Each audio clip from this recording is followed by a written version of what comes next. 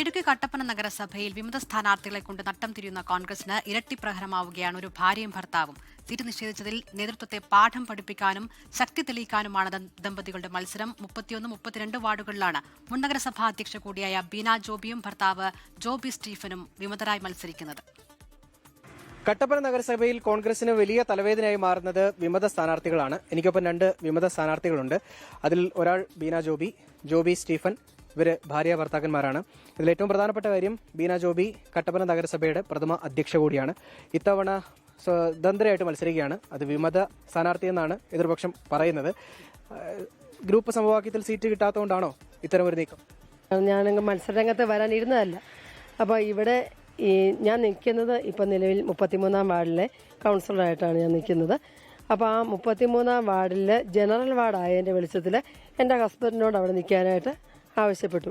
അപ്പോൾ എൻ്റെ ഹസ്ബൻഡ് പറഞ്ഞ പാർട്ടി നേതാക്കൾ വിളിച്ച് ചോദിച്ചപ്പോൾ പറഞ്ഞ ഒരു മറുപടി, എനിക്ക് സീറ്റ് വേണ്ട, എൻ്റെ വീടിൻ്റെ തൊട്ട് ഫ്രണ്ടിലെ 31-ാം വാർഡ് വനിതാ വാർഡാണ്, അവിടെ എൻ്റെ വൈഫിന് ഒരു സീറ്റ് കൊടുത്താൽ മതി.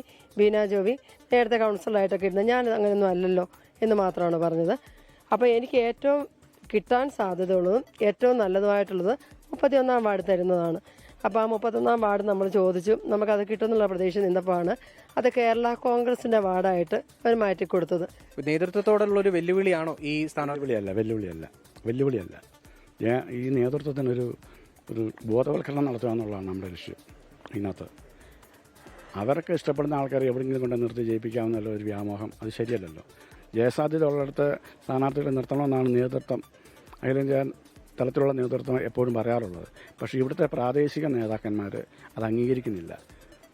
കോൺഗ്രസ് പാർട്ടിയെ നശിപ്പിക്കുന്നത് കോൺഗ്രസ്സുകാരല്ല, കോൺഗ്രസിൻ്റെ നേതൃത്വമാണ്. അത് ജനങ്ങൾക്കെല്ലാം പ്രതിഷേധമുണ്ട്. വിജയസാധ്യത എത്രത്തോളമാണ്? കാരണം ഇതുവരെ പാർട്ടി ചിഹ്നത്തിൽ മത്സരിച്ചിരുന്ന ആൾക്കാരാണ്. ഇത്തവണ വിമതരായിട്ട് മാറുമ്പോഴത്തേക്ക് സ്വാഭാവികമായിട്ടും ചിഹ്നം കിട്ടില്ല, കോൺഗ്രസിൻ്റെ ഒരു പിന്തുണ ഉണ്ടാവില്ല. അങ്ങനെ വരുമ്പോൾ എത്രത്തോളമാണ് വിജയസാധ്യത നിങ്ങൾ കൽപ്പിക്കുന്നത്? 100% വിജയസാധ്യതയുണ്ട്. ഇത്തവണ കട്ടപ്പന നഗരസഭയിൽ പല വാർഡുകളിലും മത്സരം കണക്കും. 31-ാം വാർഡിലും 33-ാം വാർഡിലും ഭാര്യ ഭർത്താക്കന്മാർ നിങ്ങൾ തകർക്കും എന്നാണോ? ഇല്ല, അങ്ങനെ നമ്മൾ പറയുന്നില്ല. പക്ഷെ നേതൃത്വം ചർച്ചയ്ക്ക് തയ്യാറാകുമായിരിക്കും എന്ന് വിചാരിക്കുന്നു.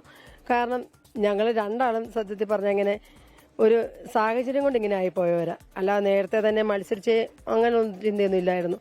എന്തായാലും നോമിനേഷൻ പിൻവലിക്കാനുള്ള ദിവസമൊക്കെ കഴിഞ്ഞു. പക്ഷെ ഇപ്പോഴും ചർച്ചയ്ക്ക് സാധ്യതയുണ്ട് ഈ സ്ഥാനാർത്ഥികളുമായിട്ട് നേതൃത്വത്തിന് എന്നുള്ളതാണ് പറയുന്നത്. എന്തായാലും കട്ടപ്പന നഗരസഭയിൽ ഇത്തവണ മത്സരം കണക്കുമെന്നുള്ള കാര്യത്തിൽ യാതൊരു സംശയമില്ല. പ്രത്യേകിച്ച് UDFൽ വിമത സ്ഥാനാർത്ഥികൾ ഒരുപാട് പേരുണ്ട്. 4 വിമത സ്ഥാനാർത്ഥികളാണ്. അതുപോലെ തന്നെ കട്ടപ്പന നഗരസഭയിൽ ഒരു വാർഡിൽ തന്നെ 2 UDF ഔദ്യോഗിക സ്ഥാനാർത്ഥികളുണ്ട്. ഇതൊക്കെ കൊണ്ട് തന്നെ മത്സരം കണക്കും. അത് കാത്തിരുന്ന് തന്നെ കാണുകയും ചെയ്യാം. സുമിത്തിനൊപ്പം രാഹുൽ വിജയൻ, 24 ഇടുക്കി. ലോകത്തെവിടെയായാലും ഏത് സമയത്തും 24 വാർത്തകളും ഓഗ്മെന്റഡ് റിയാലിറ്റി പാക്കേജുകളും എക്സ്പ്ലെയിനറുകളും വിശദമായി കാണാൻ ഞങ്ങളുടെ യൂട്യൂബ് ചാനൽ നിങ്ങൾക്ക് സബ്സ്ക്രൈബ് ചെയ്യാം.